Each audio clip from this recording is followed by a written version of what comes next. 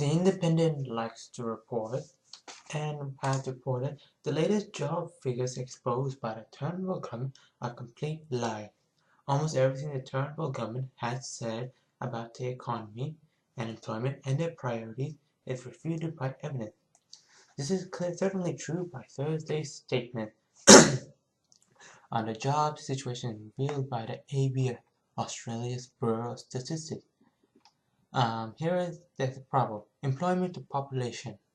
Throughout the Howard years, and even throughout Labour entire term, the employment to population has never dropped to 61%, despite the worst recession in 80 years. Now the global economy is surging, the independent report. This should be steadily rising. It isn't. Since the coalition came into power, it has been below 61% for 27 of its 41 months, including the last 6 months. This reverses a trend that began in the 1940s. Employment to population for men.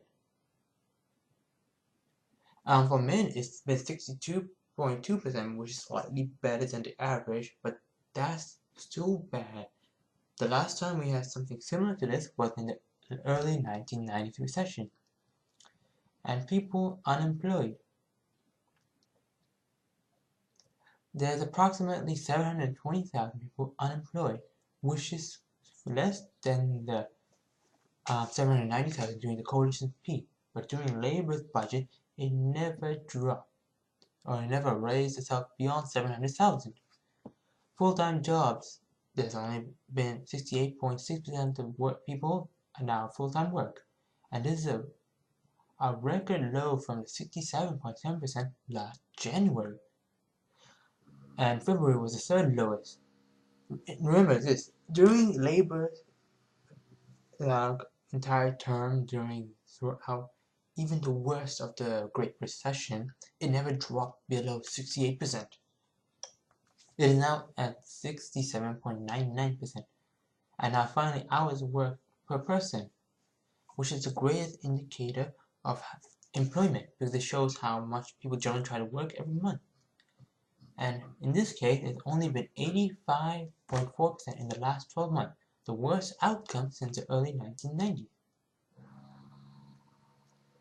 And this is just below the slump of 83.89 in December 2014. Altogether, the list just goes on and on. If the Independent has gone through and compiled such an enormous list of how much the Turnbull government and the coalition refuted. This is altogether the worst government we've had in Australian history, and I'm being totally honest here. The numbers are against them. They try to fiddle with the numbers here and there, tweak it a bit to show employed person, unemployed person, and unemployed people are generally considered the ones that are on Centrelink. If you're employed, you're not getting Centrelink money. And altogether, unemployment is a very incorrect figure, in my opinion. Unemployment is the best one. And number of hours worked per month is also a very good indicator.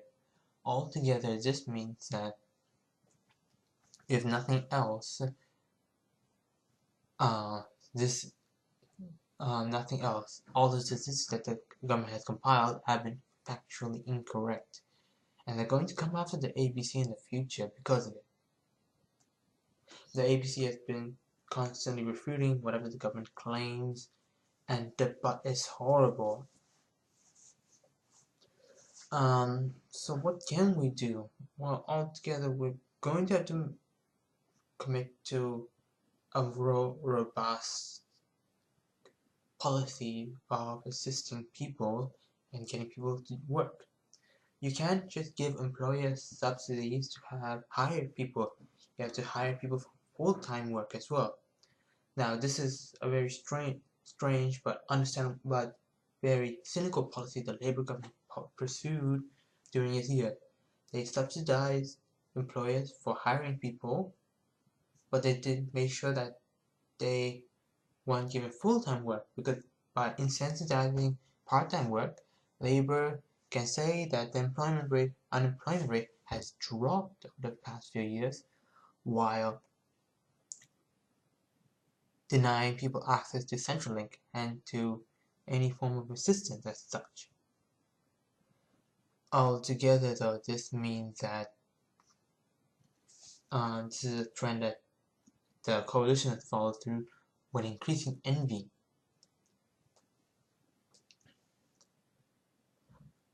I really don't know what else to say.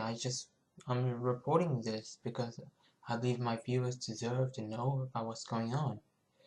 But altogether, I just want my viewers to understand that voting for the coalition, unless you're upper middle class, and even then, you have to vote against your favorite, unless you're earning over $80,000 a year